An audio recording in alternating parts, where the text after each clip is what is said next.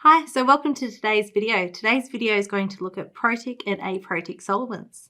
So protic solvents are solvents that have an electronegative atom bonded to a hydrogen.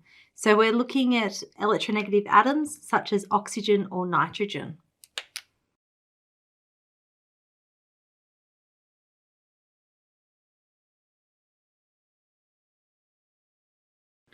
So classic examples of protic solvents are water, or H2O, and methanol.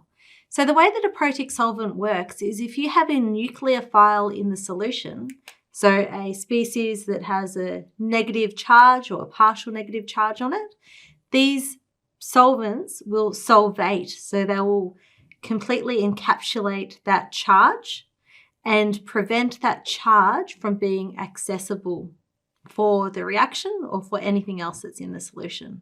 So it solvates the nucleophile. So an aprotic solvent is something that doesn't have this hydrogen bond attached to an electronegative atom, and it's not able to solvate a nucleophile. So acetone, DMF are classic aprotic solvents. So when we're looking at a reaction speed or a reaction progression, if we look at the type of solvent that the reaction is occurring in, whether or not it's protic or aprotic, if there's a nucleophile and it's in a protic solvent, it's going to be less accessible. Now, the smaller the nucleophile, the tighter that solvation occurs within the protic solution.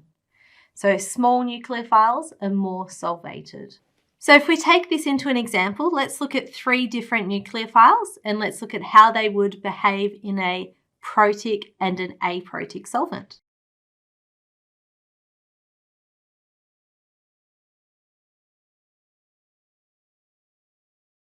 So if we look at these 3 nucleophiles, so negatively charged carboxylic acid anion, and we've got a hydroxide ion, and we've got water in the middle.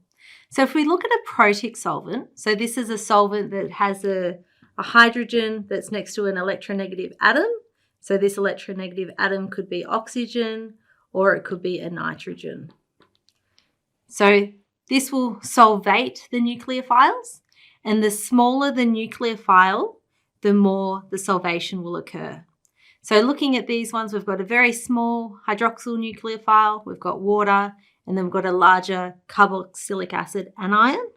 So this one here would be the tightest solvation. So this reaction would be the slowest reaction. If we're in an aprotic solvent, the solvent does not interact with the nucleophile. So when we're looking at this one, all of these will be easily accessible and they will all be equivalent. So they're all equal to each other in terms of the reactivity of the reaction due to the solvent alone. So to summarize, if I were to rank these in terms of which is the most nucleophilic or which is the most accessible nucleophile in a protic solvent, the carboxylic acid would be the most accessible because the solvation would be the least because it's the largest, and the hydroxyl anion would be the least nucleophilic because it would have a very tight solvation occurring because it's a small anion.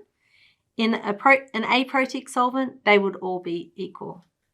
So thank you very much for watching this video, and I'll see you next time.